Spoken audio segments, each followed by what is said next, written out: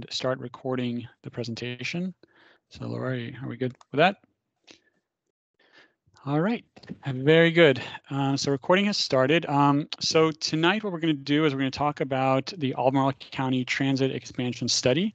This is a study that was commissioned by the Thomas Jefferson Planning District Commission, and it's looking at ways to improve mobility in a few specific areas of Albemarle County. So I guess we'll start with a little bit of introductions first. So I'm Boris Palchik. I'm with Foursquare Integrated Transportation Planning. We're the lead consultant on this project. Laura Duke, who is on the call as well, is my colleague. We have several folks from the Thomas Jefferson Planning District Commission. So maybe we'll go around and have them introduce themselves as well. So Jessica, do you want to go first? Sure. Hi, everyone. My name is Jessica Hirsch-Ballering. I work for the Thomas Jefferson Planning District Commission, and I'm the project manager for this project. Okay. Again, I can't see the whole list, so if anybody else is on from TJPDC, please. Yeah, perhaps Sandy.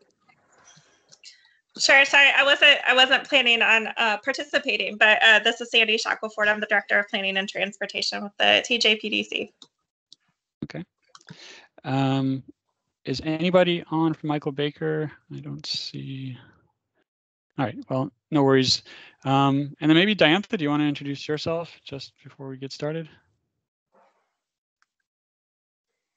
Oh, you're on mute. You're on mute, Diantha. Yeah, there we go. Hi, I'm Diantha McKeel. I'm from the Albemarle County Board of Supervisors, but more importantly, from the Regional Transit Partnership. All right, thanks for joining us. Sure. Okay, well, we'll go ahead and continue then from here. So the overall purpose of this study is it's really a feasibility study and an implementation plan for expanding transit service in both population and employment centers in specific areas of Albemarle County. So in particular, we're looking at three areas: the Pantops area, the Thomas Jefferson Monticello area, and then the US 29 North corridor from about the city limits of Charlotte to the VA Research Park. So those are the three areas that we're looking at. These areas are sort of urbanizing areas. They're in the Albemarle, designated urbanized growth area. So these are areas that have been identified as needing particular kind of attention for addressing mobility issues. So we're looking not just at what would be considered traditional fixed route service as solutions for addressing mobility issues in these specific study areas. We're also looking at the potential for more innovative solutions. There's a lot of kind of new developments in transit planning and transit operations that we'll talk about in a few minutes on this presentation, but we are casting kind of a wide net on the realm of possible solutions to improve mobility in these specific areas. So the meeting tonight will be focused on the North corridor. So we have a series of these meetings this week, and the one tonight will be looking at the 29 North corridor. If anybody that's on the call tonight has questions or comments about the other corridors or the other areas, you're welcome to bring those up as well. But the primary focus of my formal presentation will be the 29 North corridor.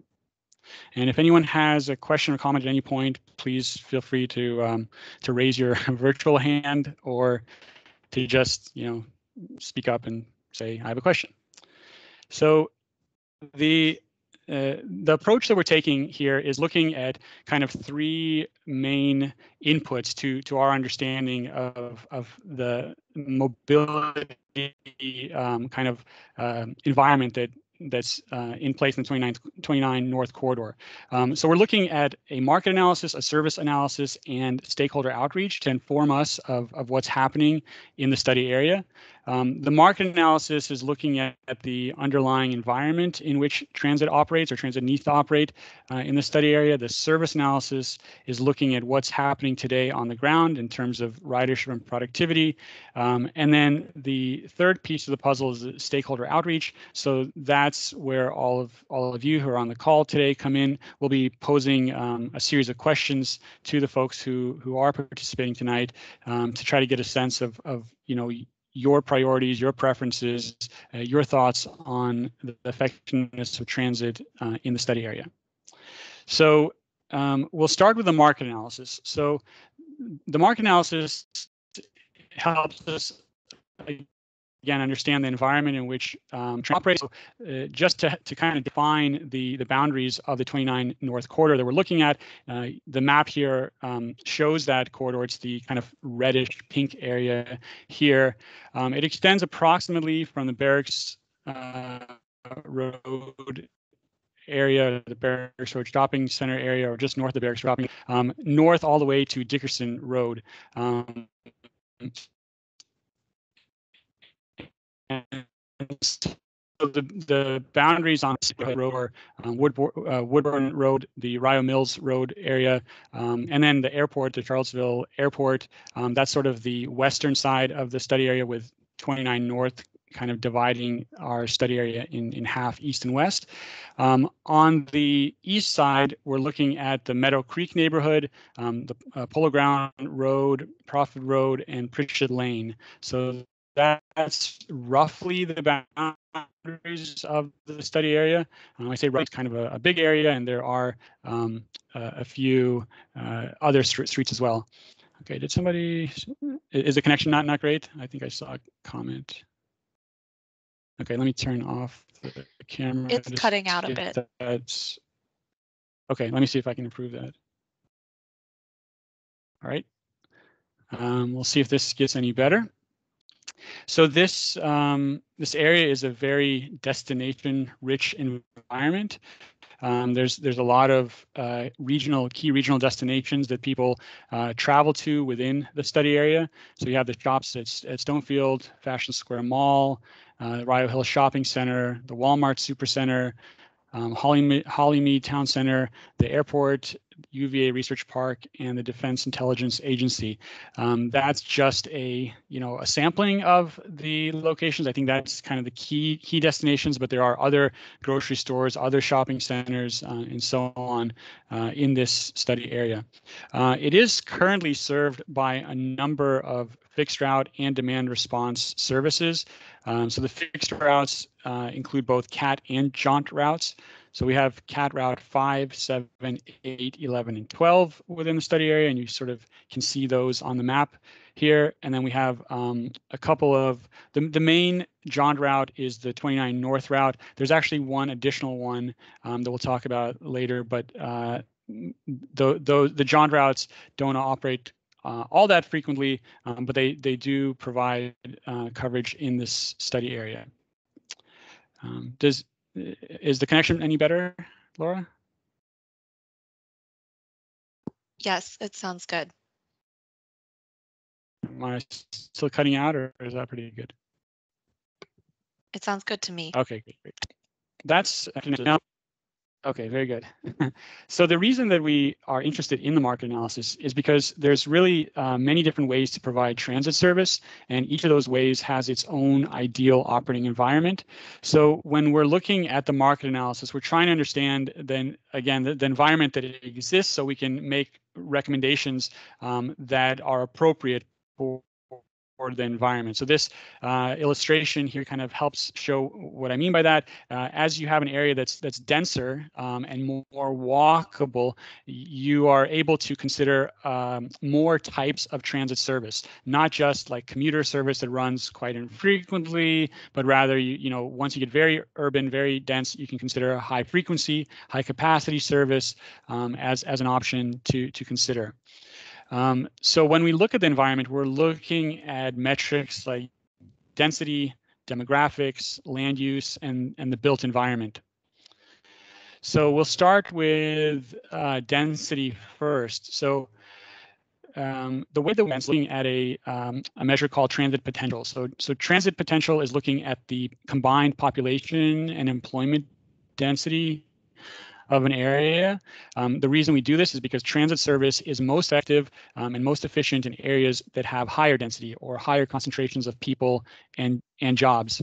The kind of tipping point for where fixed route transit service really begins to make sense is once you have more than 5 people or jobs per acre. If you have lower density areas, you still may have a need for transit service, but you don't necessarily have the density to support fixed route transit service, and you may need to consider other types of transit service.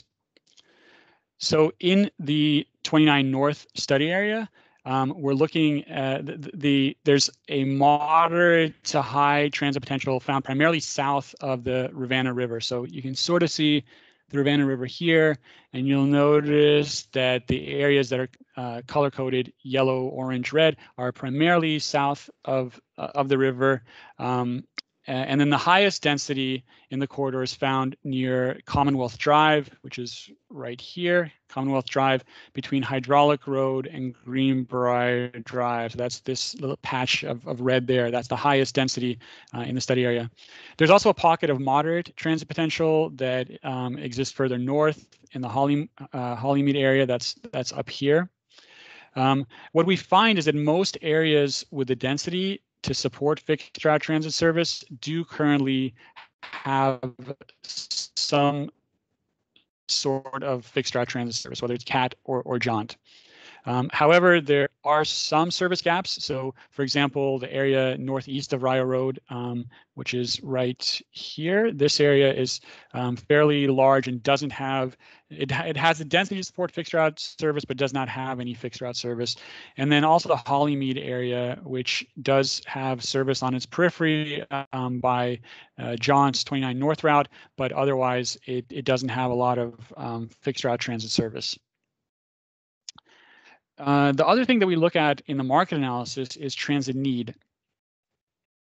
So transit need is a little bit different than transit bill. What we know about transit service, that there are certain population subgroups that are more likely to use transit and to need transit than the population at large. So that includes zero vehicle households, low-income households, persons with disabilities, older adults, youth, and young adults.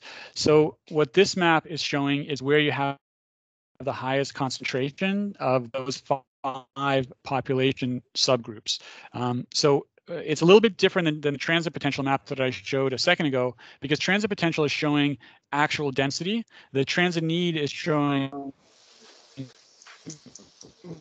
relative density. It's showing the relative. It's showing a relatively high. But the two population, transit need and transit potential, do have to sort of work together, because it's possible to have a fairly high transit need, but then fairly low transit potential, because you just don't have the density to support fixed route transit service. So when you have high transit need but little, you have to service type of service, because fixed route service may not work in some of those areas because they just lack overall density. Okay, so that's transit need. In our study area, we find that the highest transit need is in the kind of the southwestern leg of the study area between Barracks Road and Greenbrier Drive. So that's this red area here. That's where you have that highest concentration of those population subgroups that tend to have a high propensity to use transit. And these areas align with transit potential, which is good, because in some cases that's not always the case. In this case, the areas that have the highest transit need do also have fairly high transit potential, meaning they can be served with fixed route service, and in many cases they are served by fixed route service. Again, the largest gap, though, is this area that's northeast of the Rio Road corridor that has both high transit potential, relatively high transit need, but does not have fixed route service currently. Okay. So the other piece of the puzzle is land use and the built environment, because just as there are certain population groups that have a high tendency to use transit service, there are also certain land uses that tend to generate a lot of transit trips. So that includes multifamily housing, medical facilities, educational facilities, major retail centers, community and civic centers, and major employers. For fixed route service, as I mentioned earlier, for fixed route service to operate effectively and efficiently, it needs a certain environment. It needs density, but it also needs a supportive pedestrian environment, because fixed route service does require people to come to it. It has bus stops that people need to be able to access. So an environment that has sidewalks, crosswalks, kind of a direct grid network, that's the environment that is most conducive to supporting fixed route transit service. Not every part of our study area has those elements, and so that's something to keep in mind. And then areas that lack the service characteristics to support fixed route transit service may be good candidates for other type of service like demand response service. Recently, there's been a lot of new developments on the side of demand response service. Technology has really transformed this mode from one that was kind of a very cumbersome mode in the past, where people used to, have to call up and make the reservations often far in advance of their trip, sometimes 24 hours in advance, sometimes even more. But there's a new demand response service called microtransit service. And so microtransit is a technology-driven approach to demand response service. It's very similar to what people experience with Uber and Lyft, but it uses dedicated vehicles specifically designed for transit service rather than just whatever sedan happens to come along with Uber and Lyft. But this is an approach that is kind of becoming more and more popular, especially in areas that are either low density or automobile oriented or both. So that's something we'll be looking out for as we go along. Any questions about the market analysis? We'll be moving on to the service analysis next, but I just wanted to pause to see if anyone has any questions about the market analysis. This is Deborah Van Eersel. On your map, I'm wondering on the west side of 29, north of Rio, you don't show real demand there, yet you've got Hollymead Town Center and you've got the North Fork UVA Research Park. It's got jobs that are located there in the airport, and I'm wondering how that. I just see that as super low. Yeah, that's a great point. I don't understand that. Yeah, it's a great point.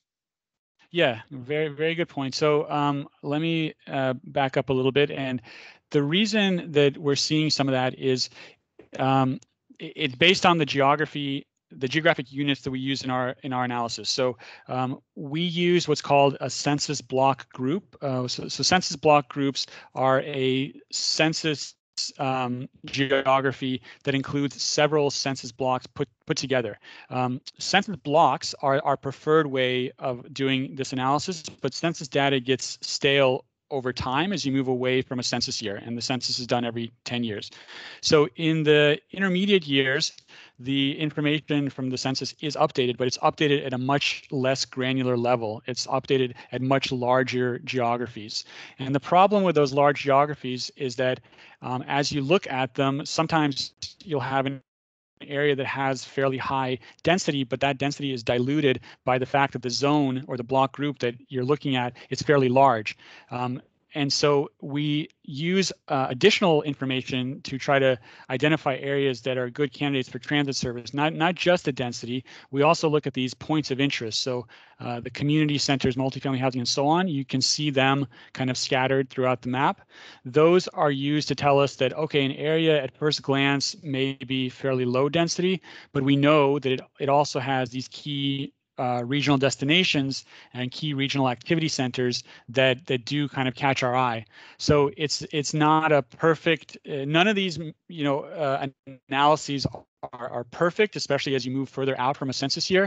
But they help kind of allow us to zoom in to where we should be paying attention. So does that make sense?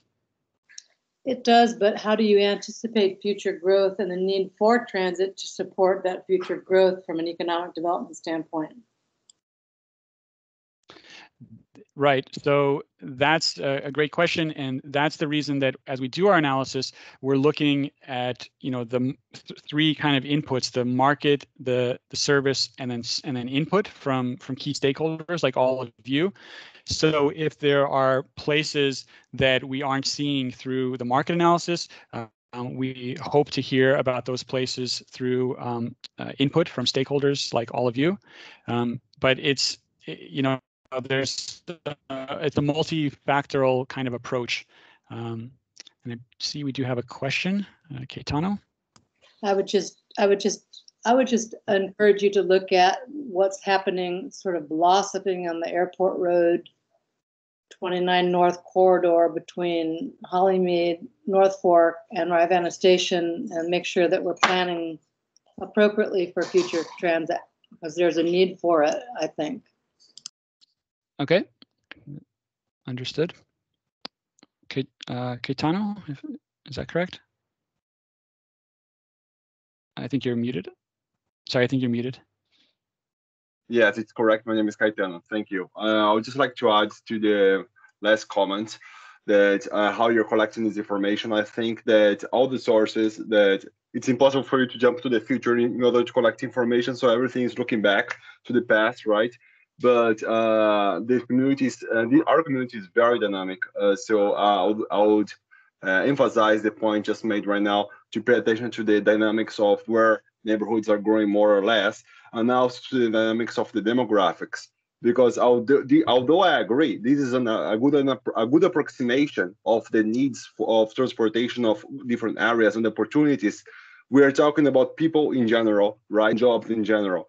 But we know that certain demographics have higher needs of transit than others. So even though when you compare two neighborhoods with 30 people per acre versus 30 people per acre, if the type of job is different or the type of demographics is different, then I think that the focus should be different as well. And I don't know how you are incorporating that in your analysis.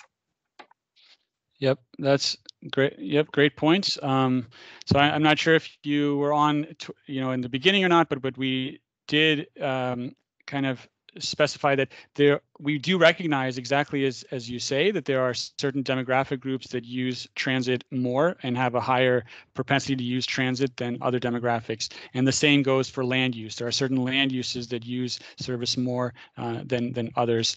And so we are keeping our eye out for both of those, both the demographics that tend to predict transit use and the land use that tends to predict transit use. But again, this meeting today is to collect some of the kind of intangible information that a lot of the comments have kind of been referring to. So any areas that you would like us to focus on more, there will be an opportunity at the end of the presentation to bring those up. So Karen, I see there's a hand up.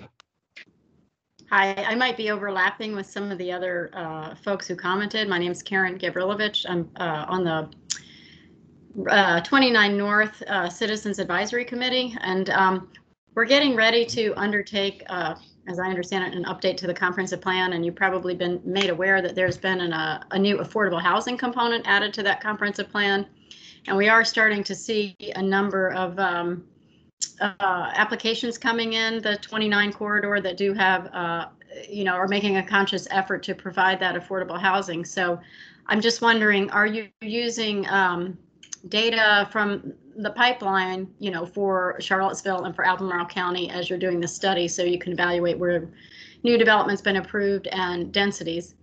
Also, just how are you using the current comprehensive plan? Like I know further north toward North Point, and there's a northern kind of central focus area and on 29 North that includes densities of 8 to 10 units to the acre that envisions kind of a high-rise node up there. So I'm wondering, I don't know how you anticipate when you may have a market company coming and there's a lag time involved as well. So maybe if you could speak to that. And I don't really know the time frame, like what is the horizon for this study? So what, in other words, as you take this information forward, what is your lookout time frame for those sorts of things? Sure. So one comment that I'll make is that in addition to the public meetings that we're having tonight and on Wednesday night, we're also doing a series of stakeholder meetings that are that include kind of invited stakeholders, including representatives from the county, from major employers, advocates for transit. So it's a more I guess it's a group of folks that have more information that may not be currently public and that can help inform us of some of the anticipated growth, anticipated projects, and so on. So that's the first comment. And then as far as the timeline goes, I'm going to be up on another presentation. Let me see if I can find it. All right, so this is sorry, it's a different presentation, but we are anticipating completion of this toward around January of 2022. So overall, our timeline is to get recommendations, preliminary recommendations in place by the end of the year or November, December timeframe, and then finalize it in the January timeframe of next year. So that's the overall timeline. And we will have another, this is our first series of public meetings. We will have additional public meetings as we develop recommendations. So this one is intended mostly to kind of collect thoughts, collect input from stakeholders and from the public. The next round will be aimed at sharing and vetting recommendations that we come up with. So this is definitely not going to be the last opportunity for everybody to weigh in. A few more comments and questions. Let's go with Caetano again.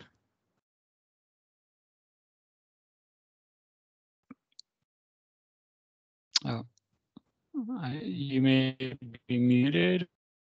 Hi, yes, thank you again. Can you hear me? Hand up unintentionally. Hello. Yes. All right. So yeah, thank you for your answer. It was interesting to see how you're finding ways to connect the two aspects. I just want to bring it to your attention that we have engaged with a few focus groups talking about transit with my organization C3, the Community Climate Collaborative, and hearing from Latinos, African Americans, all sorts of demographics. And it seems that going to Walmart and going to some of the shops in the 29 North is very important for these demographics, even though they do not live in the region and etc. So I just kind of want to raise your attention to the fact that somehow if you're only seeing the number of jobs or people living in a certain area or seeing demographics from the other perspective, you might want to find ways to connect as well people that do not live there and that want to go there for their needs, right? Walmart, other shops in that area. And also we received lots of feedback for the importance of connecting these demographics with churches and schools. So I don't know how that computes in your information, but just a heads up that it seems to be an important topic. Thank you. Yeah, that's all good points. And of course, you're absolutely right that we're not only serving residents of the study area, we're also serving employees who work visit there for retail or church or any number of reasons. So that's understood, and we'll actually be kind of talking through some of that as we move into the service analysis piece in a second. But let's see, we have a few more questions and comments about the market analysis. Karen. Karen, I think you might be muted. Okay, we'll move on. If Karen, if you want to try again later, that's great. But we'll move on to the service analysis. I just now. typed it in the chat window. I just figured that was something you could get to later in the presentation, so you could get back to your presentation. So. Oh, okay. Okay. Okay, great. Yeah, got it. Okay, we'll revisit the chat comments later. Okay, so now moving on to the service analysis. So the service analysis aims to identify the strengths and weaknesses of existing services that are currently operating in the study area, and also to identify opportunities to improve those.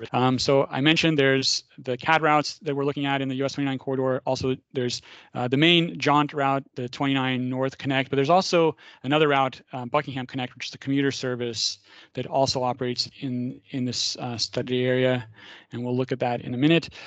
So the market analysis kind of provides an important context for the service analysis, especially nowadays, because the ridership trends that we're seeing today may not be reflective of kind of a long, either historic or future trends, because everything is a little bit in flux with COVID. To illustrate that point, what's shown on the screen now is a ridership heat map of just demand response services, because as I mentioned, we have not just fixed route service operating in the area, but Jaunt operates what's called paratransit service, which complements the CAT fixed route network. So paratransit is service that's for people who qualify due to disabilities. Jaunt also operates various types of demand response services that are open to the public, to the general public, that are not necessarily paratransit riders. So this heat map here is showing demand response ridership, just demand response ridership. And I wanted to kind of juxtaposition that against the transit potential map, because the transit potential helps us anticipate where we might start seeing transit ridership materialize. And when we compare that to the heat map, we see that there is a lot of overlap. So areas where we would expect to see high transit ridership, we actually are seeing high transit ridership. Right, like this is a Walmart, for example, here. Obviously, that's a hotspot for ridership, even though there's that situation that I mentioned earlier, where the zone, the block group that it's in, kind of dilutes the density of that Walmart and the retail around it, but we can see it through the ridership heat map. And again, the reason that we need to use things like the transit potential, the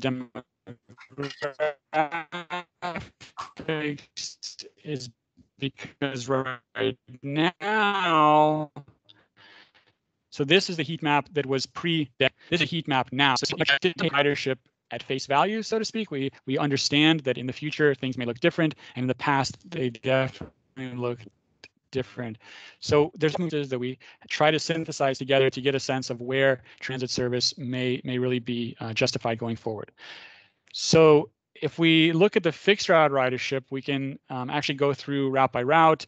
The CAT Route 5 is one of the primary routes that serves this study area. You can kind of see the outline here in maroon or brown, and then you see the ridership that goes along with it. This ridership is actually pre-pandemic ridership. So the service itself operates from the Barracks Road Shopping Center to the Walmart in the 29 North corridor, and it operates via Barracks Road, Georgetown Road, Commonwealth Drive, Ryo Road, and Berkmar Drive. Some of the key destinations are the same ones I mentioned previously. The shops at Stonefield, a lot of retail, as well as the Virginia Workforce Center. Those are Route 5. Now this map on the right you see is the ridership currently. So during the pandemic. So it is low. Also, this service right now is operating with a reduced schedule, again, due to the pandemic. So currently, it operates Monday through Saturday from 6:15 to 9 p.m. with hourly headways. Not frequent, but that's what it's doing today. There are areas that are seeing high ridership even during the pandemic. So some of those are listed here. Georgetown and Hessian Hills, which is over here, that's adjacent to a whole bunch of multifamily housing, apartments, condominiums, and the like. Also, Commonwealth at Peyton. That's an area over here that's, again, multifamily housing is driving that ridership, as well as Costco and Stonefield Commons Shopping Center. The mall is still seeing fairly high ridership, Ryo Hill Shopping Center, where there's a Kroger, and the Walmart itself. So those are, even during the pandemic, those have remain high ridership destinations. So the issues that we're seeing on this route are a few things. So in order to serve Fashion Square Mall, which is over here, the route actually has a pretty circuitous alignment because it has to cross over 29, the 29 North Corridor, cross back over the 29 North Corridor. So for somebody that's trying to get to the Walmart as their final destination, they're forced to make a big deviation to the mall before they can finally make their way to the Walmart. When you're looking at best practices for fixed route transit service, you want to make service as simple as possible, as streamlined as possible. So you want to try to avoid out of direction deviations and the like. In the past, this route has also had an issue with on-time performance. That's likely not the case nowadays, just because the pandemic has reduced ridership and so on. But it has in the past, and that challenge on-time performance may have to do with the fact that the route is stretched a little bit too thin. It's trying to do a lot of things, and because of that, it's just not able to maintain its schedule. It also provides kind of close, but not that great, not that close access to Albemarle High School, which is over here. So that's another potential issue.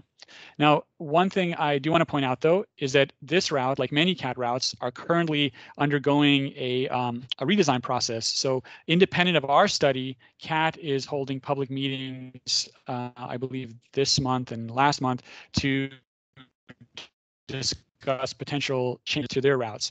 So some of the changes that they've been proposing in their public meetings do address the issues that we identified as well. So one of those, for example, is terminating Route 5 at Fashion Square Mall, so not extending it to the Walmart. And by so doing, it does eliminate that circuitous alignment that we pointed out. And may also address on-time performance issues. On the other hand, they are extending it further south to UVA Hospital. So that's outside of our study area, but that's just the changes that they're currently recommending. They're also recommending 30-minute service frequency. And as a reminder, right now, this route operates hourly. So I'm going to go through other routes, but I do see that there's a couple of hands up. So let's go ahead and address those questions or comments. Diantha, you want to go first? Sure. Yes. Thank you. You bring up Albemarle High School, and I just wanted to point out that over at the side Albemarle High School is a food bank that we refer to as, or is named Loaves and Fishes. And while the CAT buses are not the most appropriate at all to serve the food bank Loaves and Fishes, there is a need to serve with an on-demand or some type of transit that particular location. Just wanted to kind of put a tickler out there because they've been requesting it now for a basket full of food. So just wanted to put that on the radar. Thanks. Okay, great. Thank you. Karen?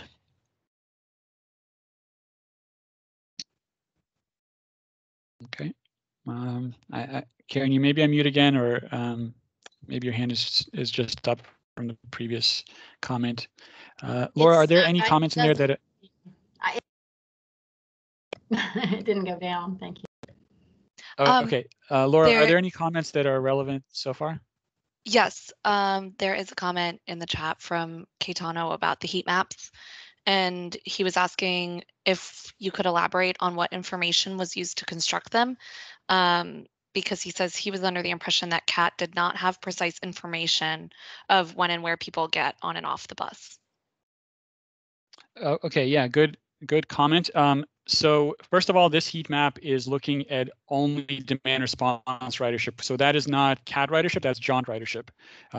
That's what this map is showing. However, this map is showing ridership at the stop level for CAT, and CAT is in the process of installing. Well, they're in the process of procuring automated passenger counters. So those will be able to collect ridership activity at the stop level on an ongoing basis. They had those counters on their buses as a demonstration for several months. And in fact, some buses actually still do have those units on them, and they are continuing to collect information even as they continue the procurement process to outfit the entire fleet with these vehicles. With these APC devices. So we took the information that we had from the demonstration period, and we used that as a starting point to look at the ridership at the stop level. So it may not be 100% accurate, but I think it's quite representative because we are seeing ridership where we would expect to see ridership, the major retail centers and the like. So hopefully that answers that question. Laura, anything else? Did the trial period? Oh, sorry. Mm-hmm. Oh, you see it. I was. Yeah. So we were able to get ridership for all routes except for Route 12, and Route 12 is actually a variant of Route 7. I'll actually just go to Route 7 now, and we can talk about that. But Route 7 operates during, okay, first of all, Route 12 is, as I understand it, is not currently operating because it didn't make it through the reduced service plan during COVID. But Route 12 used to be a Sunday only variant of Route 7. So, but other than that, we do have ridership for every other route. Hey, okay, so Route 7 operates. Oh, yep. Just for clarification. Okay, awesome. So you actually used real information from this trial period, but just for clarification, that was collected during the pandemic, all right? This is information collected in the last 12 months, I guess, right? Or not? We have both pre and post pandemic ridership. So for every route, the first map shows the pre-pandemic ridership. Second shows the post or current ridership. Okay. So that's we're comparing essentially the main routes. They survived the pandemic. So okay, so moving to Route 7 now. 7 operates again kind of in and out of our study area. It operates between downtown Charlottesville and Fashion Square Mall via UVA, the Barry Sword Shopping Center, Hydraulic Road Corridor, and Hillsdale Drive Corridor. So the key stops here are the shops at Stonefield, although only southbound trips, and that's something we'll talk about in a minute. And then the Costco, Food Lion, and Fashion Square Mall. So hold that thought about southbound trips. I'll explain why that's important in a second. Again, you have a reduced service schedule currently, so it's Monday through Saturday only from 6:35 to 9:15, and it's operating at 30-minute headways. The high ridership areas that have remained in the study area during the pandemic include the shops at Stonefield, the mall at Hillsdale Drive area, so that's right here. There's again a large concentration of multifamily housing there, and then Fashion Square Mall itself. Those have remained high ridership stops. The potential issues that we are seeing is the inconsistent northbound and southbound alignment. So this route travels kind of, I guess you would call it south or east of the 29 North corridor in the northbound direction. So if you can see my arrow, if I can see my arrow, here it is. So it operates south or east of the corridor going northbound. And then as it's coming back, it operates north, north. So that's a bit problematic because it can force out of direction travel. So I believe this is Whole Foods over here. So if a person gets off at Whole Foods, their options are they have two options: either crossing the 29 North corridor, which is not a very pedestrian friendly operation, or riding out of direction so they can then return in the southbound direction if they're going towards Charlottesville. So that's not ideal. That's not a best practice to split a route like this, especially not if it's divided by a major arterial street like that. And then the other issue in the past was on-time performance. Again, I don't think that's much of an issue these days, but it was historically. This is what I mentioned about that inconsistency between alignments is actually being addressed by CAT in their proposed service changes coming up. So they are proposing extending this route to Walmart. If you recall, Route 5, which previously served Fashion Square Mall and the Walmart, or currently does that, is now only going to serve Fashion Square Mall, and Route 7 is going to serve the Walmart. So that's kind of a solution they've come up with. On the other hand, they have reduced some service on the north and west side of 29, so that service operates along a consistent alignment, both northbound and southbound. And they are planning to operate this every 30 minutes on weekdays and Saturdays, and then 60 minutes on Sunday. So that's kind of an interesting development, because basically Route 7 will every day of the week, versus the previous approach, which was to use Route 7 as a naming convention on weekdays and Saturdays, and Route 12 on Sunday. So that's an improvement in my opinion. And then there's also a proposal to actually supplement the service in the south part of this route with additional service that would only operate between the Barracks Road Shopping Center and downtown. So it would be kind of an overlay. So from downtown to the Barracks Road Shopping Center, you'd have, in effect, have 15-minute service rather than 30-minute service. I see there was, I can't see the comment, but Laura, do you want to read those out? Yes, it says, so no service at Costco, Stonefield with housing, the housing at Stonefield, and no service going north of Walmart, or confirming that those are the changes.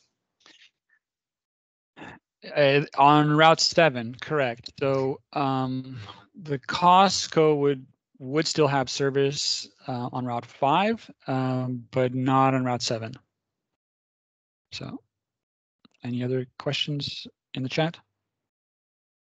Okay. No. So we'll move on. Okay, great. So we'll move on to Route 8. So Route 8 just sort of barely touches our study area, but it does do kind of this end of the line loop, including the Costco. So it operates between Charlottesville and the shops at Stonefield via the Barracks Road Shopping Center. The key destinations in our study area really are the shops at Stonefield, which are right in here. The current service frequency is every 60 minutes from 6:30 a.m. to 6:30 p.m. approximately, Monday through Saturday.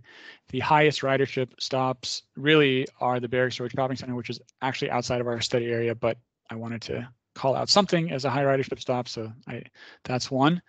The potential issue here is similar to what we talked about earlier with this end of the line loop. So because it's a loop, it allows for people to cross the 29 North corridor only in one direction. So people can get from the east side to the west side, but they can't get from the west side to the east side because it's a one-way loop.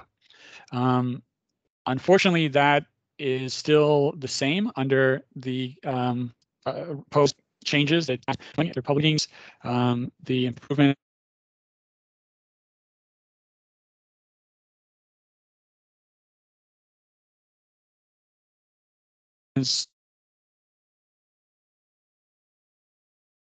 are that they would operate the UVA hospital down to the Willoughby Shopping Center. So that's the proposed Route 8. Forrest, just a comment. Then we're losing yep, you more and more often. This is Diantha. Just a comment that we're losing you more and more often on your sound. Would you repeat what that last segment that you just said, please? Oh, no. I'm sorry, not the whole thing, but at least go back a little ways on it. Okay. Okay. All right. Laura, do you hear me now? Yes, we missed the explanation of the proposed route. Okay, sorry about that. Yeah, the joys of virtual public meetings, so I apologize. The proposed changes to Route 8 are to, first of all, extend the route further south, and that's really not in our study area, but it's just an additional destination that people who are in the study area could access with a one-seat ride. The proposal is to extend it to the Willoughby Shopping Center, so it becomes a crosstown route essentially from the shops at Stonefield via the UVA hospital down to the Willoughby Shopping Center. Did that come through clearly? Okay. Now looking at Route 11, which is, I believe, the last CAT route we'll be talking about. So this route operates between downtown Charlottesville and the Fashion Square Mall via Rio Road. The key destinations here are a couple of educational facilities. So you have the Charlottesville Catholic High School, and then you also have the Charlottesville Albemarle Technical Education Center, which I believe are here and here. And you also have Fashion Square Mall, which is an important retail destination. So this service, again, you'll see has reduced, especially around the schools. In the post or during the pandemic, ridership has declined in those areas, but it has remained fairly strong at Fashion Square Mall. The service currently operates hourly from 6 a.m. to 9 p.m. on weekdays and weekdays, and then 6 to 6:30 on Saturdays.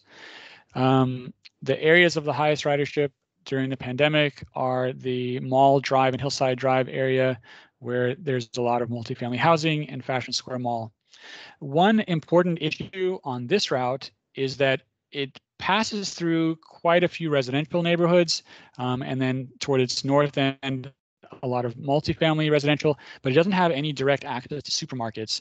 And that is kind of an issue because for folks in those neighborhoods that may be considering transit, the prospect of having to make a transfer in order to access a grocery store or supermarket is something that a lot of people will not consider a viable option and will find some other way to do their shopping. So that is kind of one issue that we noticed on this route. Upcoming changes to this route. The most important change is the addition of service to the center at Belvedere, which is a senior center. The only problem with this is that there's not a signalized intersection. There's not a signal at the corner of Rio Road and Belvedere Boulevard. So when there's not a signal, buses have a very, very hard time turning left. So they can serve the center, they can come out and head north to Fashion Square Mall, but on the way back south, they can't serve the center because they can't make a left turn to head back south. And so that means that anybody that's going to the senior center has to ride out of direction. They have to go all the way to Fashion Square Mall, whether they like it or not, before they can head back south to downtown Charlottesville. So I don't have a solution for that other than there may be in some time in the future, hopefully somebody will consider adding a signal here at the intersection of Rio Road and Belvedere Boulevard, but that's maybe a little bit beyond our scope at this moment, but just wanted to point that out. So this would operate hourly, weekdays and Saturdays. Okay, any questions on those CAT routes? So there, as I mentioned, are a couple of jaunt routes that serve our study area. We don't have at this point really great stop level ridership data for jaunt. We have received kind of a download of the data, but it needs to be cleaned. There's some questions. I guess I can say it this way: we're not confident in the data that we have at this moment. So I'm not going to display it up there, but we are working through that. What I can say about the jaunt service is that it's very commuter focused. So the 29 North Connect route just operates 3 morning trips and 3 afternoon trips. So it operates between the Hollymead Town Center and downtown Charlottesville via UVA and the UVA University Hospital.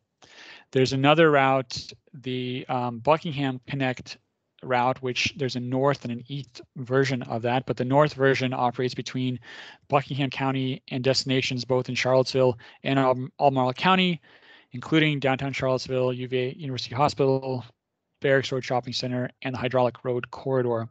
So this route only operates 1 morning and 1 afternoon trip. So it's very much a commuter focused service. So those are our fixed routes for jaunt and cat. And next, I'd like to pose a series of questions to you guys. But before I do that, I'm going to pause again to make sure there's no comments that are in the chat that I didn't see. Laura, anything in there? There is one comment. I believe it's for both these jaunt routes, and it says Berkmar Drive north into Hollymead Town Center is not fully noted on this map, nor the extension of Lewis and Clark Drive. Okay.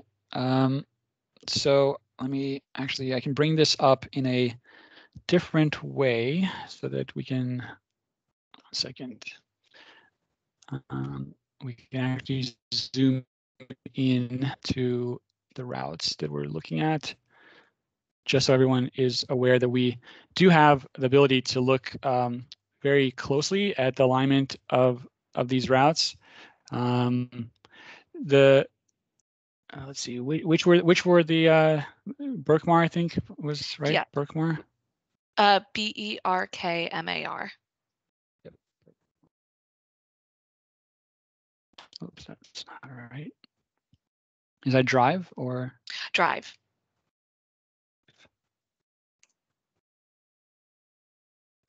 Berkmar Drive extends from the Sam's on Route 29 North all the way up into Hollymead Town Center. It's a completed road except for a small portion that then connects to Lewis and Clark Drive and North Fork, which is in the process of being extended. So it's a parallel road along 29, which is perfect for a bus route. Okay, very good. Thank you for pointing that out. All right. So that actually is a really good segue into the next part of this discussion. Oh, let's see. Somebody else had a comment. Yes. Are the jaunt 29 connect routes permanent? And then I can't see the rest of it. Laura, can you read the whole comment? It says, I thought it was only for the duration of the improvements to Route 29 that were made in lieu of the bypass. Okay. As far as I understand, the jaunt routes, the 29 North route and the Buckingham Connect North route are permanent to the extent that fixed route bus service can be permanent. I mean, there are changes periodically. We talked about the CAT changes that are coming up. I'm not aware of jaunt changes that are imminent, but that doesn't, we can definitely look into that. And I don't know if Diantha maybe or somebody has any information on that. Feel free to share. Yeah, I just put into, Boris, this is Diantha. I just put into the chat that the jaunt 29 connect routes were intended to be permanent. I think that was your question, perhaps, or at least someone's question. Right. Yeah. Yeah, and of course, as we make our recommendations, some of the whatever changes somebody may have in mind, could make it into our final recommendations that then hopefully could make it into an implementation plan. So, so nothing is permanent. I just will say that. Okay, we have a hand up. Kitano. I think you're on mute. Hi, it's me again. And as of tradition, I'm muted. I wanted to ask you, I think that everything that you presented so far seems very interesting. I think that you're doing a very thorough work from several dimensions, which I think it's amazing. But it's my understanding that, again, I'm going to bring the topic of the heat maps and the market analysis you were making. The idea is that everything is going to complement each other before you really know what are the best decisions and etc. Right? You're going to receive community feedback, compare where riders were using the routes more, but also trying to learn from the community where riders are not using and why they're not using. Look at the demographics and etc. And if I'm right that the idea is that to combine everything, then I have the question for you: if it makes sense to actually try to address certain issues right now with certain routes design changes, or if it's to what extent it's a better option to wait until you have the global picture with all the dimensions as you would like to have by January before trying to address isolated issues that are not perhaps getting the full picture? Yeah, that's a great question. So the process, the work process, I guess you could describe it, is to first do an assessment of those three inputs, the market, well, let me, I don't know if you were on at the very beginning, but I was from the beginning, but you feel free to refresh. Okay, so the process that we work through is first trying to understand the existing environment, the existing conditions. 1 second. Sorry guys, my screen has sort of frozen for a second. Can you guys still hear me? Yeah, okay. Oops, that's too far. 1 second. Now it has unfrozen, but not at the right place.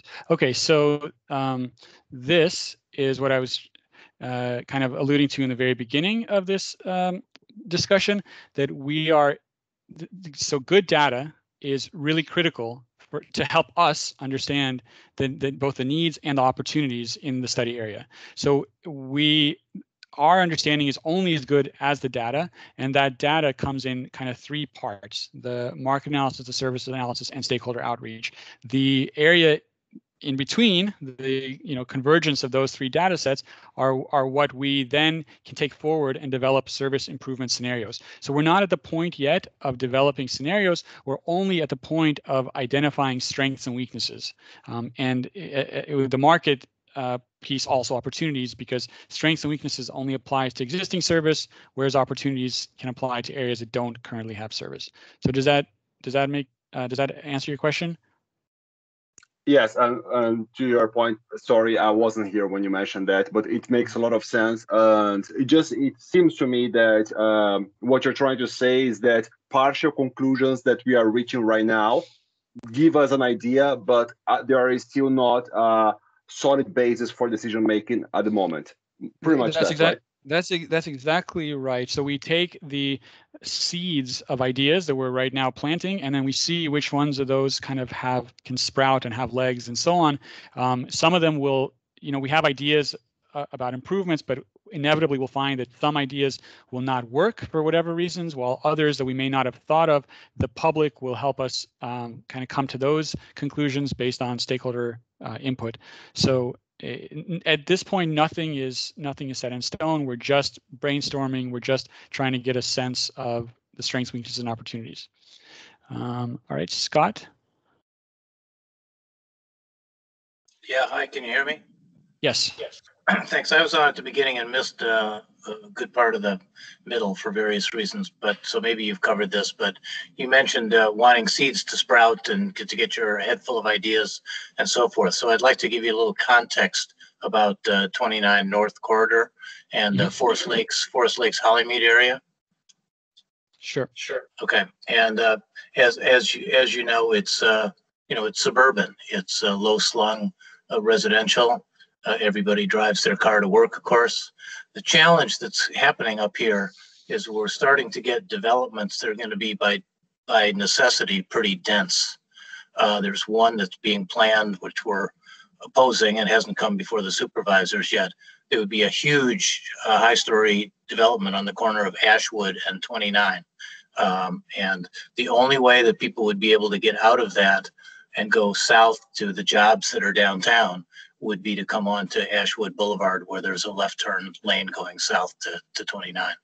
Okay. They also are proposing a lot of affordable housing for that, which is great, and that addresses another need around here. The challenge is that that's going to back up the outbound for the 800 houses that live in Forest Lake South, and we've got traffic studies that show that it's a kind of potential disaster. The only solution from a transportation standpoint that I can think of is to have a dedicated service that picks people up at those affordable housing apartment buildings and takes them nonstop down to Barracks Road, Downtown Mall, UVA, where the jobs are. We're up here in a beautiful area. There are no jobs. There are retail jobs at the places that you mentioned in the shopping centers, north and south. Is this going to be, if it's going to be heavily affordable housing, these are people that are going to be working retail, and they're going to be working as, you know, admin assistants or something in small companies or whatever, but not around here. This is completely residential. And then to have some dense scale housing put in where everybody's going to be driving their car downtown to and from work. So you've got a great market potential here that's really not shown in the existing maps, because it, of course, doesn't take into account future developments. We hope that that development's going to be a lot smaller than that, and we're going to work that way so we don't cause traffic problems for ourselves. But in any case, multifamily housing and affordable housing, both people are going to be working. Good for them. You don't want them just clogging the roads with each of them getting in their car and driving 29 south to downtown. So, you know, it's almost like the dedicated jaunt service, but a little bit better. For the existing one at the Food Lion or Barracks Road, Hollymead Town Center, people drive from Forest Lakes to there and then take it luxuriously down to UVA and then can take it back home. But, you know, there's no other parking places where people can drive 10 minutes or so to hop on a bus. And if the bus makes 5 stops or it's a regular fixed route or something, you know, you're looking at an hour commute downtown. Nobody's going to do that. They're going to get in their car, and you're not going to solve anything. So I think, you know, from the creative standpoint thing, you got to look at really fixed point solutions that pick people up right at their apartment building and take them downtown to the high volume job centers, and maybe to the retail centers as well, because that's where some of those jobs are going to be, in particular for people that are at the affordable level. So I'm happy to talk to you about that more and give you more kind of local input here at some point, but at least I wanted to put that sprout in your head for now.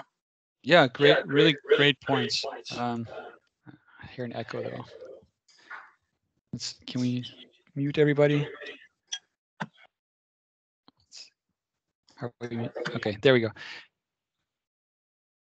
So yeah, really great points, Scott. One thing that you did mention, and I want to reinforce, is that CAD and Jaunt do operate very different services. Jaunt service is very focused on commuters,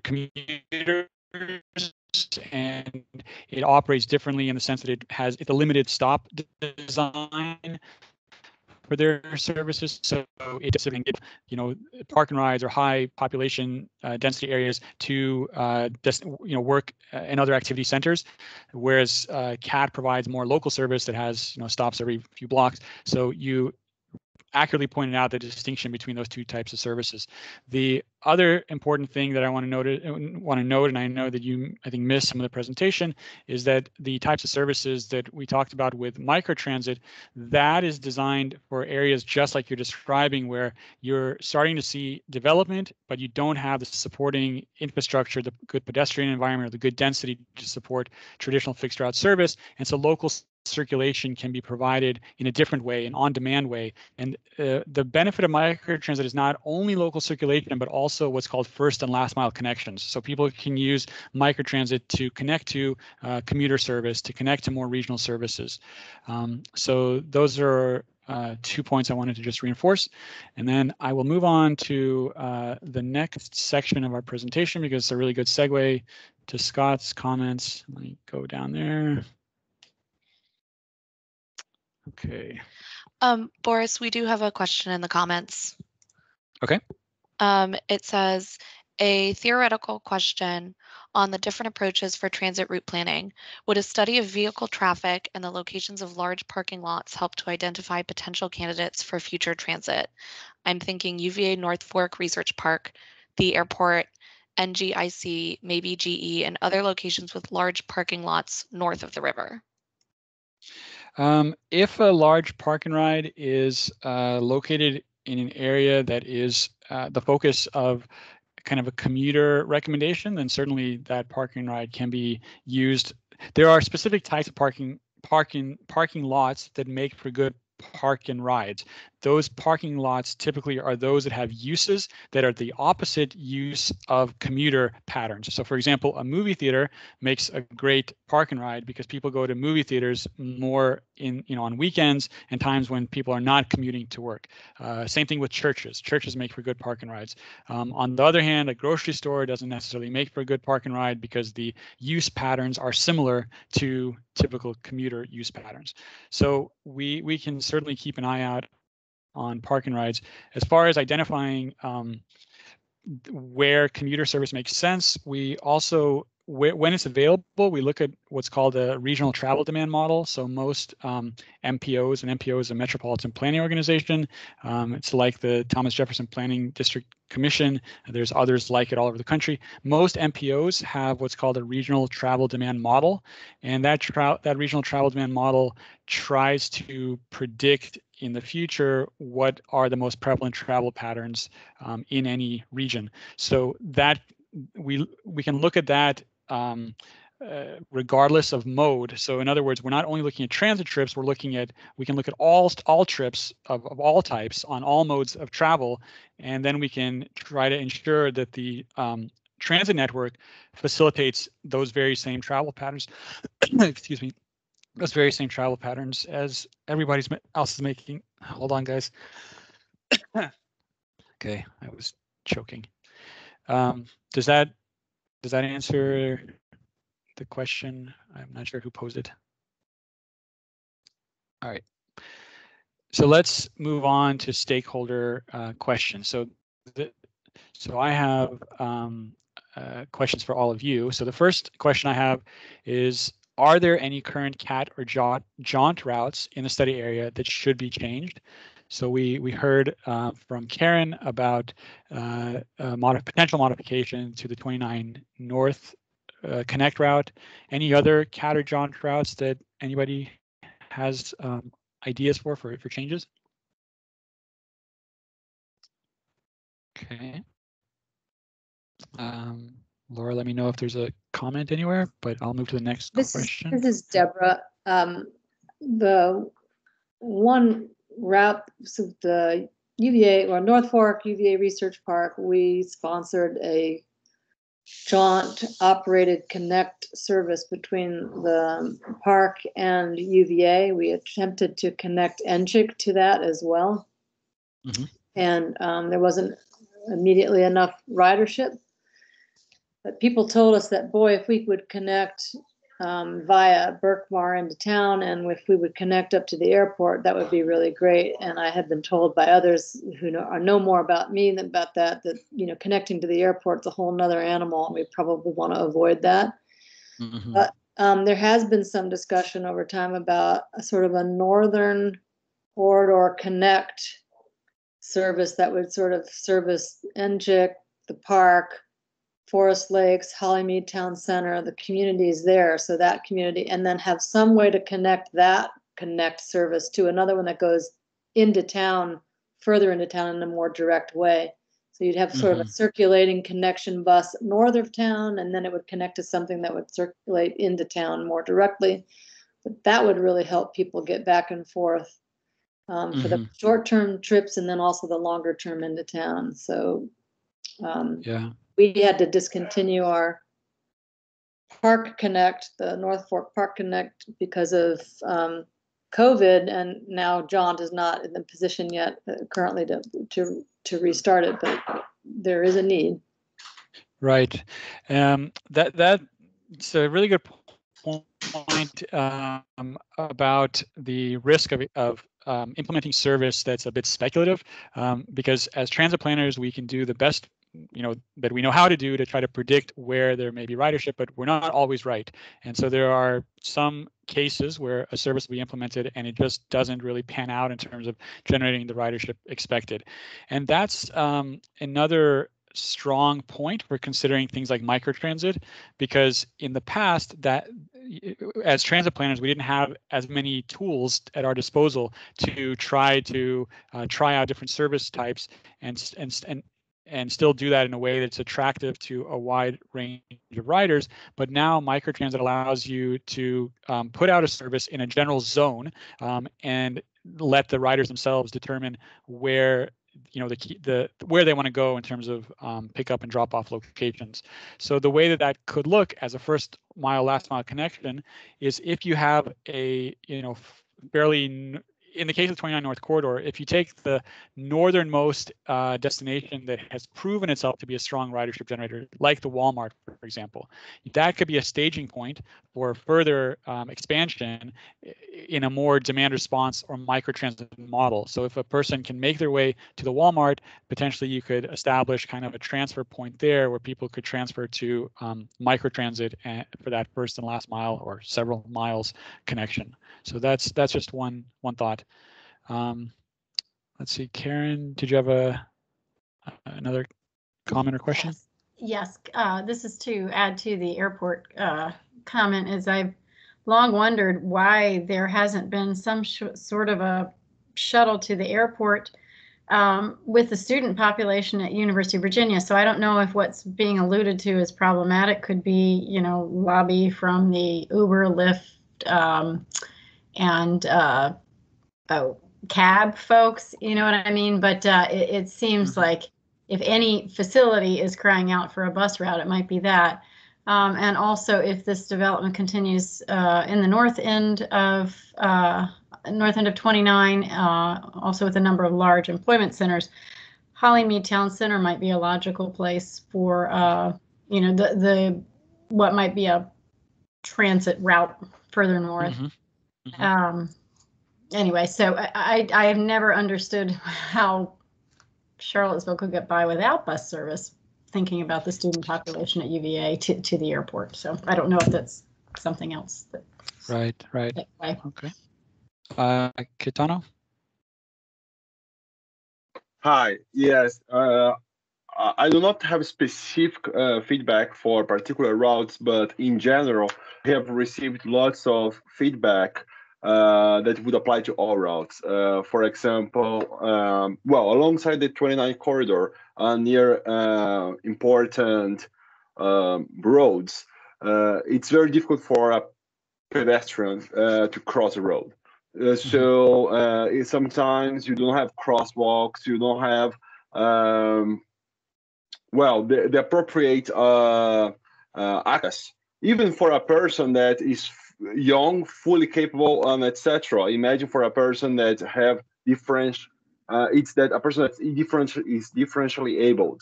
So having better crosswalks, having sidewalks leading to the stops, having safety has been raised as a crucial issue for people not taking CAT more often. Especially parents that have children. They have expressed that they are afraid. They have expressed that when they did not have children, they would take CAT more often. And when they had children, they would stop using CAT because they would be afraid of crossing roads with the children. So planning for that type of connectivity is very important.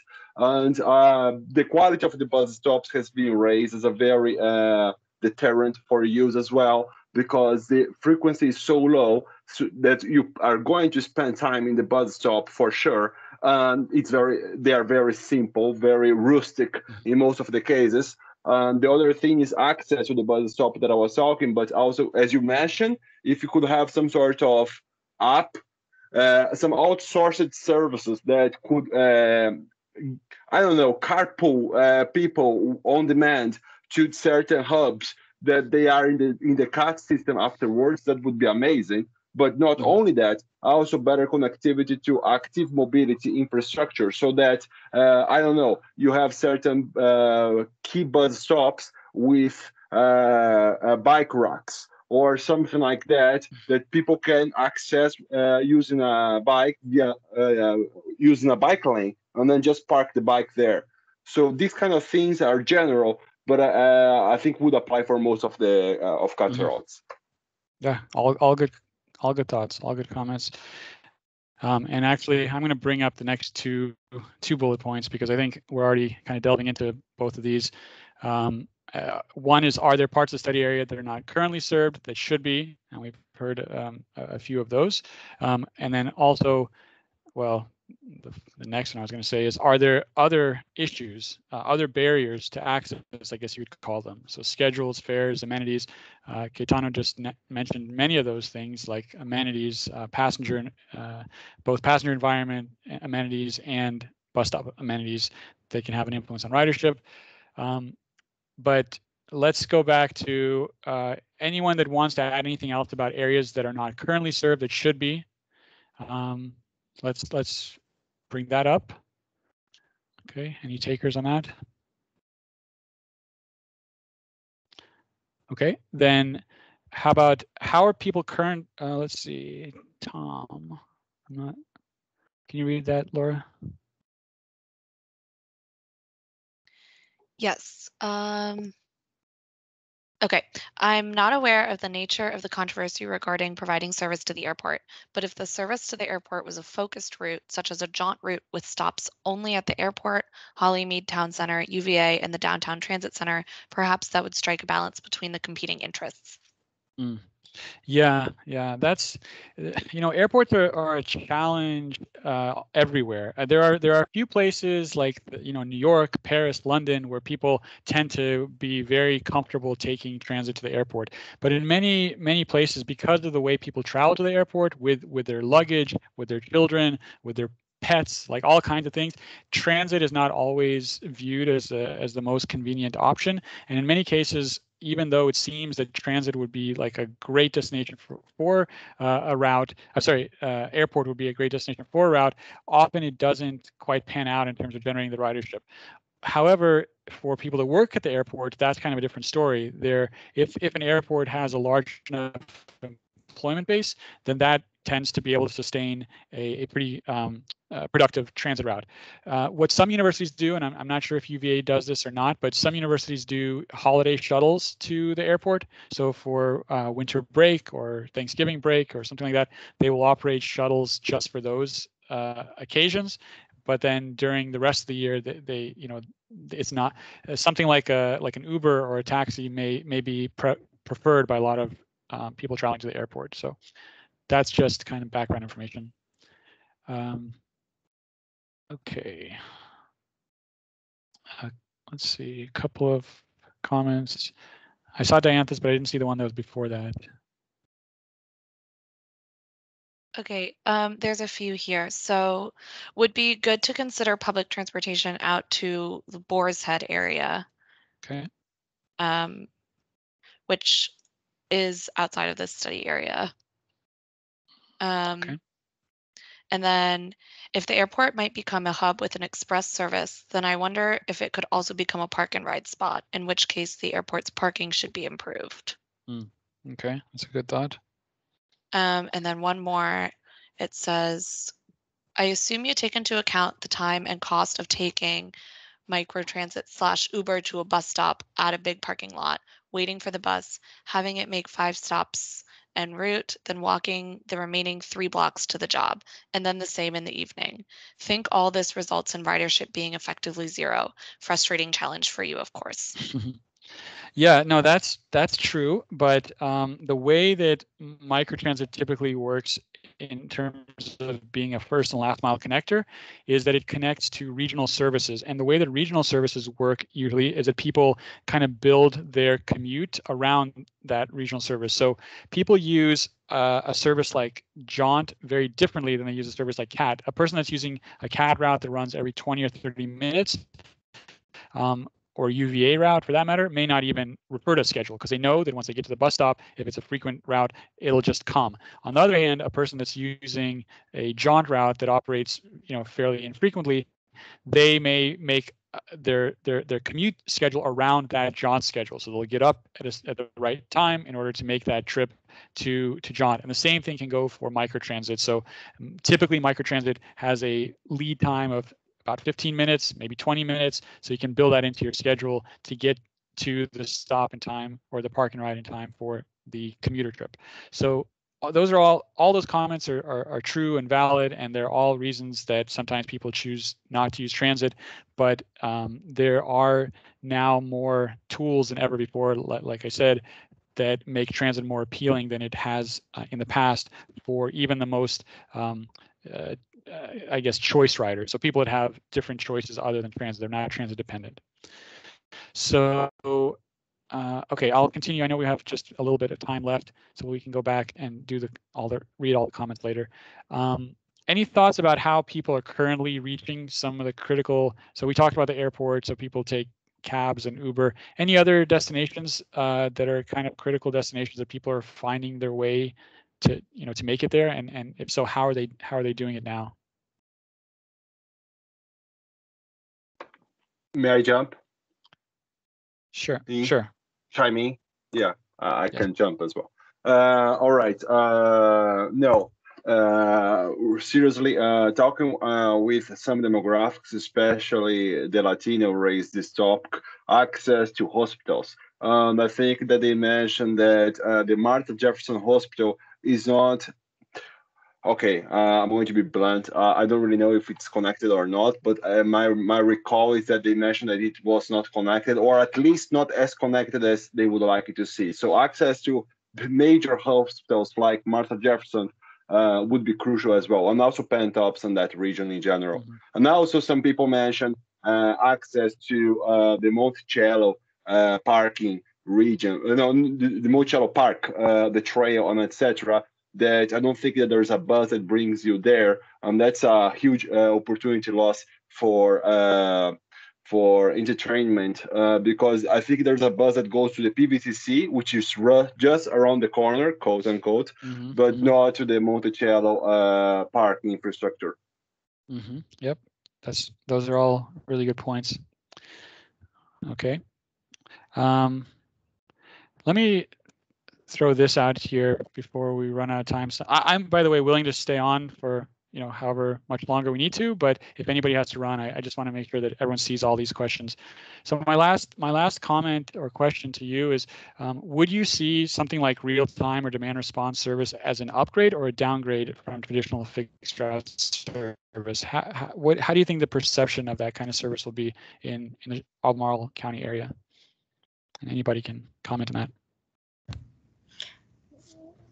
This is Karen. I would say it'd probably be viewed as an upgrade among younger folks, but depending on how difficult the technology is for maybe elderly riders, that could be a potential problem. I have a 98-year-old father who still has his driver's license, but I encourage not to drive. And one of his biggest frustrations is just how to use the technology. So even though we're talking about aging in place and Uber and Lyft maybe giving seniors the options to stay in their own homes, there is a technological gap there that I don't know how you get around that with that last mile or the on-demand pickup sort of thing with older folks. So if the technology includes still allowing people to use real telephones, I think it would work for some populations who really need it. But right, yeah, that's a really, really good point. And you kind of hit the nail on the head at the end there, because in every case where microtransit has been implemented, there's always a call-in option as well as a backup.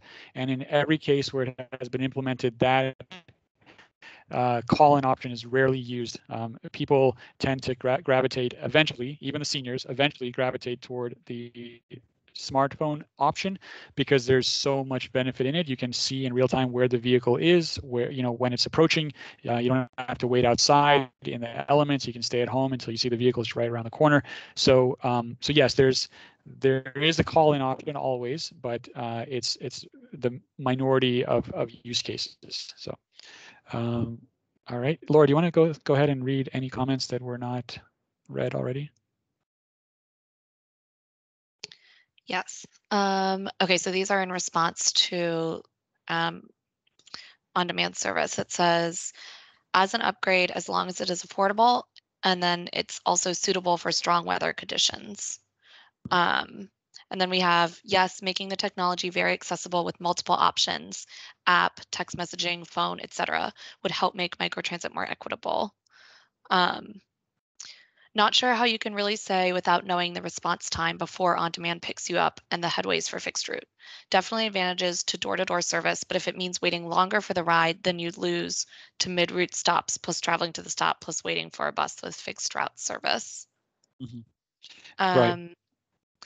frequency and user-friendly app would be crucial. Yep. Yeah, all really great points. And I think it's 7:30, so I'll just quickly end on this, that microtransit is of course a function of the number of vehicles that are available, or I should say the wait time is a function of the number of vehicles that are available for service. So as you have more vehicles kind of floating about throughout the service area, then you have shorter wait times. And the same goes for the zone structure in which microtransit operates. So if you had a zone structure that was just capturing the northern tier of our study area, then that zone would be small enough that you could have fairly frequent service or short wait times with relatively few vehicles. If the larger the zone gets and the more demanding you set the criteria for very quick turnaround times, then you have to have more vehicles, and more vehicles means more costs. So the funds have to be available. The budget needs to be available to support that. So it's not, it's a bit tricky, but it's being done in many communities. And microtransit in general has a lower operating cost than fixed route service. There's always a little bit of a trade-off there, where you can get potentially more vehicles out on the road with that sort of service than with traditional fixed route service. So there's kind of a trade-off. So I'm just gonna at this point say we've gotten far along. I'm happy to stay on for as long as all of you would like to chat, but anyone that needs to go, thank you so much for joining us tonight and for participating with some questions. I think we got a really good conversation going, and we have a lot of information to work with in helping us understand the study area and the services in it. So thank you very much. And yeah, so I'll just stay on for as long as you guys want at this point. So thank you.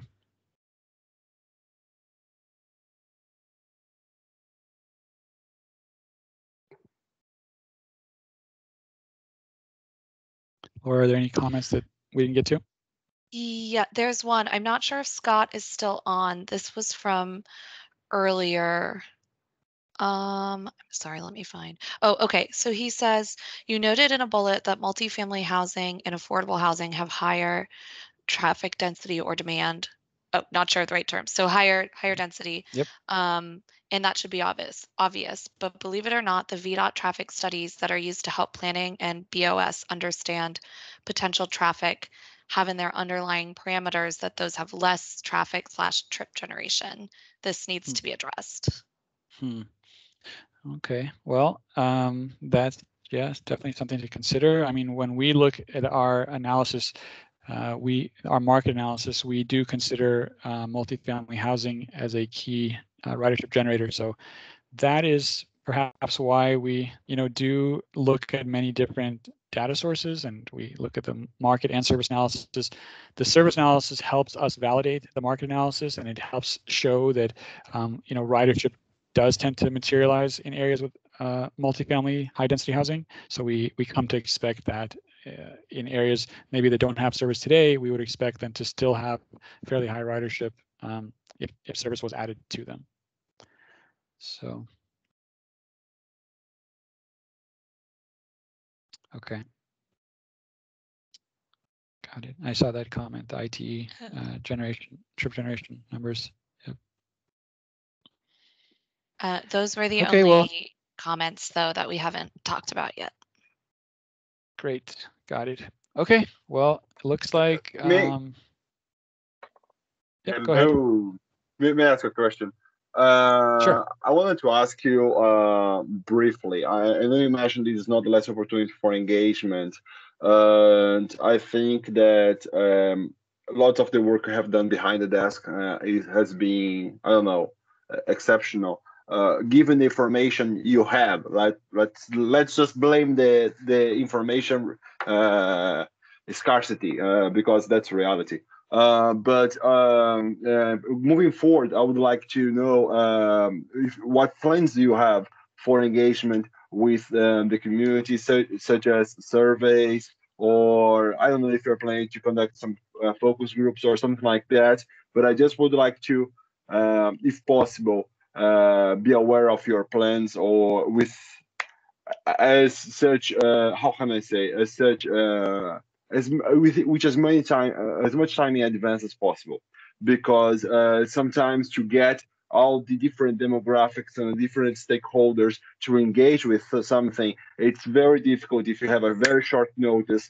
Meeting's going to happen 2 weeks from now. Let's get it rolling, and it's not like that. So yeah, I just want to share that. If you want to, so if we you do, can share yeah, some of your we do plans. have. So we do have a stakeholder a group. We have several stakeholder focus groups that are meeting this week. One focus group for each of the 3 study areas that we're looking at. So the 29 North and the Pantops corridor, and those we're trying to capture the views of folks who may or may not be riders themselves, but who may represent groups of riders. So like major employers, community leaders, elected officials, appointed officials, that kind of thing. So we're going to have that this week in addition to the public meetings.